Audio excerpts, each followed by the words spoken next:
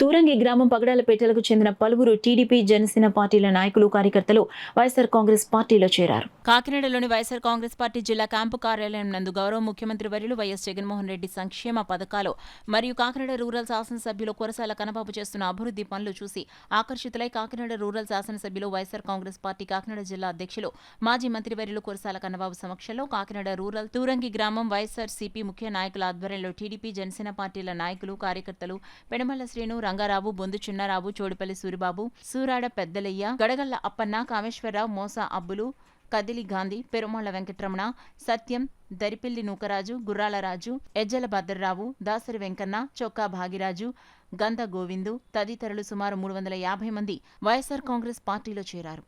జగనన్న ప్రభుత్వం మాత్రమే ఒక మత్స్యకార భరోసా వేట నిషేధం టైంలో ఎప్పటికప్పుడు ఇస్తూ ఉన్నా, అదేవిధంగా డీజిల్ సబ్సిడీ ఇచ్చిన ఏదైనా కష్టం వస్తే నేనున్నా నిలబడిన ప్రతి అంశంలోని మత్స్యకారుల కోసం ఇవాళ జగన్మోహన్ రెడ్డి గారు నిలబడ్డారు.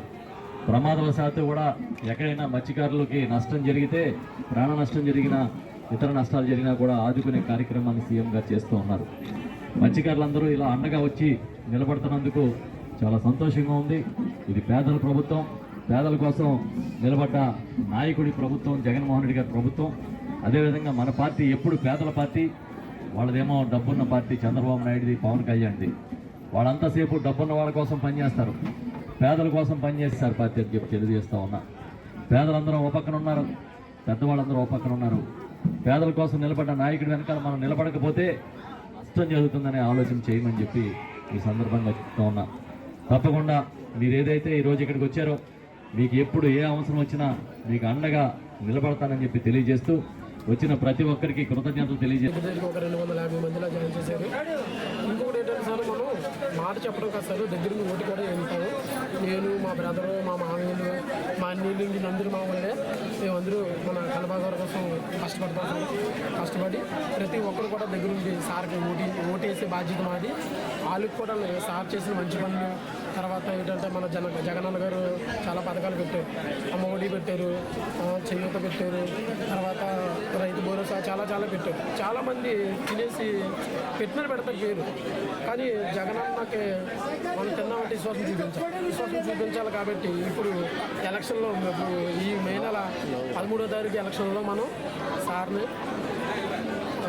అందరూ కూడా ఓట్లు వేసి సార్ని జగన్ గారికి బాగా మెజారిటీ వచ్చినట్టు మొత్తం రాష్ట్రం అంతా కష్టపడి ఓటింగ్ చేస్తారు సార్.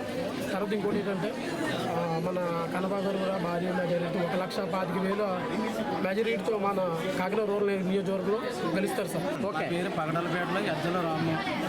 నేను పగడాలపేటలో ప్రతి ఆడమనిషి, ప్రతి అక్క చెల్లెమ్మ, నేనంటే గోవిందం. ఈరోజు నేను కన్నబాబు గారికి మంచి మెజారిటీ రావాలని వీళ్ళందరినీ టీడీపీ నుంచి జనసభ్యులుగా 350 మంది తీసుకొచ్చి జాయిన్ ఇచ్చి రాబోయే రోజుల్లో 13వ తారీఖునే ఎలక్షన్ వస్తుంది కాబట్టి మన కన్నబాబు గారికి 1,25,000 మెజారిటీలో గెలిపించి ఓటాడుతున్నాం.